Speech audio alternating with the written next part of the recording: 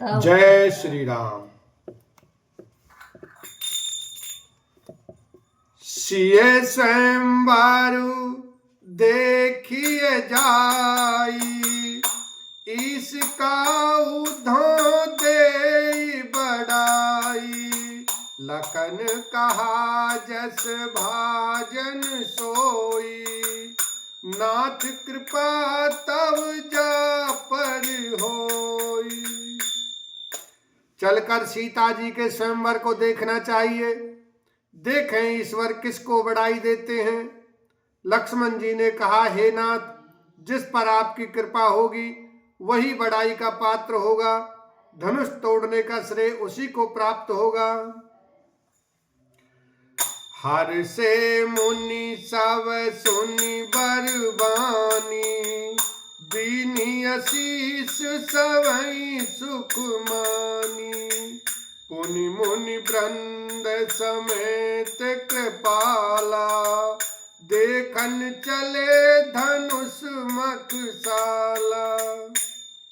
इस श्रेष्ठ वाणी को सुनकर सब मुनि प्रसन्न हुए। सभी ने सुख मानकर आशीर्वाद दिया। फिर मुनियों के समूह सहित कृपालु श्री रामचंद्र जी धनुष यज्ञशाला देखने चले। रंग भूमि आए दो भाई, अस सुधि सब पुरवासिन पाई। चले सकल गृह काज विसारी, बाल जुबान जरठ नर नारी। दोनों भाई रंग भूमि में आए हैं। ऐसी खबर जब सब नगरवासियों ने पाई, तब बालक जवान बूढ़े स्त्री पुरुष सभी घर और कामकाज को भुलाकर चल दिए। देखी जनक भीड़ भई भारी, सुच सेवक सब लिए हकारी। तुरत सकल लोगन पै जाऊ, आसन उचित देऊ सब काऊ। जब जनक जी ने देखा कि बहुत भारी भीड़ हो गई है, तब उन्होंने सब विश्वास पात्र सेवकों को बुलवा लिया और कहा, तुम लोग तुरंत सब लोगों के पास जाओ और सब किसी को यथा योग्य आसन दो।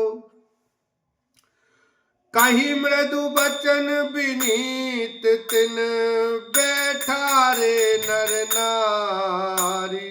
उत्तम मध्य नीच लघु, निज निज थल अनुहार। लखन सिया राम जय जय राम। उन सेवकों ने कोमल और नम्र वचन कहकर उत्तम, मध्यम, नीच और लघु सभी श्रेणी के स्त्री पुरुषों को अपने अपने योग्य स्थान पर बैठाया। राजकुमार ते ही अवसर पाए, मनो मनोहर तातन छाए।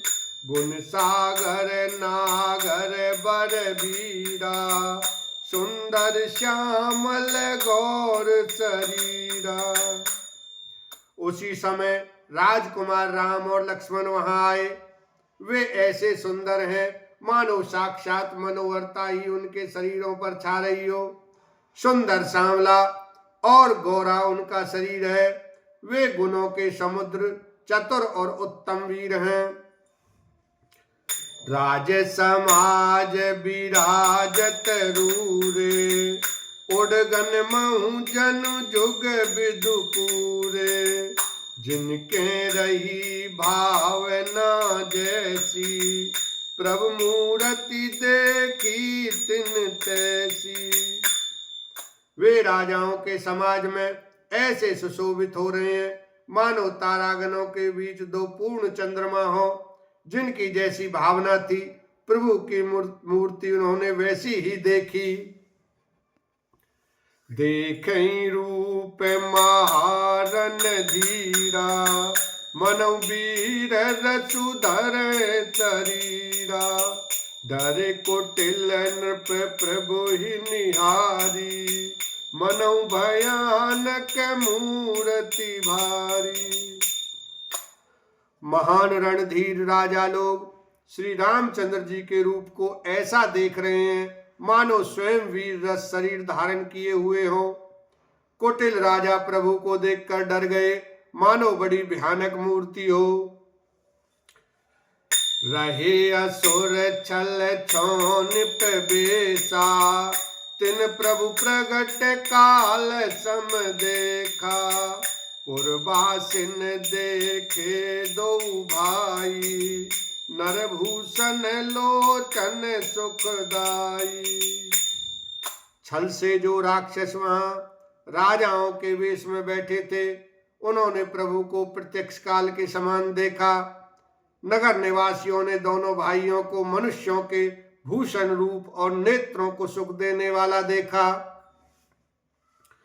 नारी बिलो कहीं हर्ष ही निज निज रुचि अनुरूप।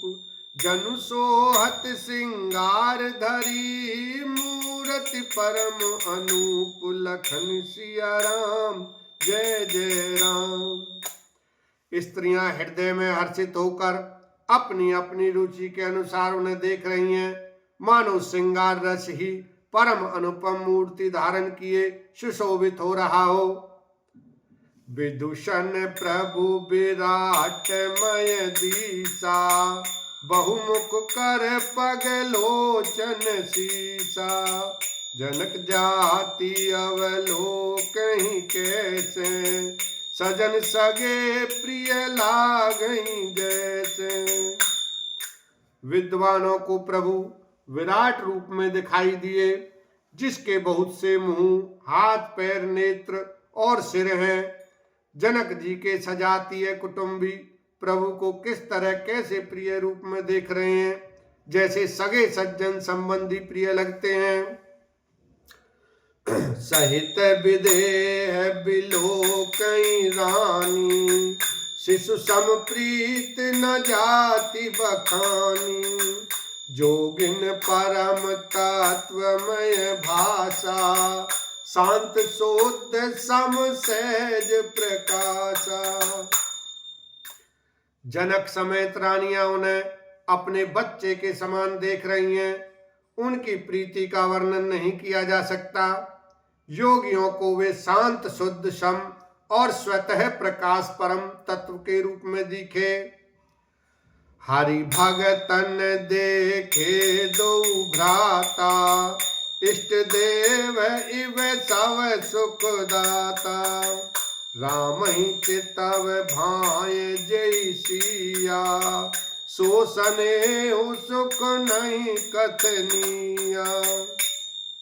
हरि भक्तों ने दोनों भाइयों को सब सुखों के देने वाले इष्ट देव के समान देखा।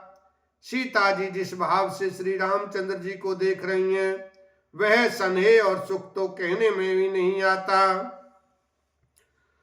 और अनुभवती न कही सके सो, कवन प्रकार कहे कवि को। एहि विधि रहा जाई जस भाऊ, तेहि तस देखे कौशल राऊ।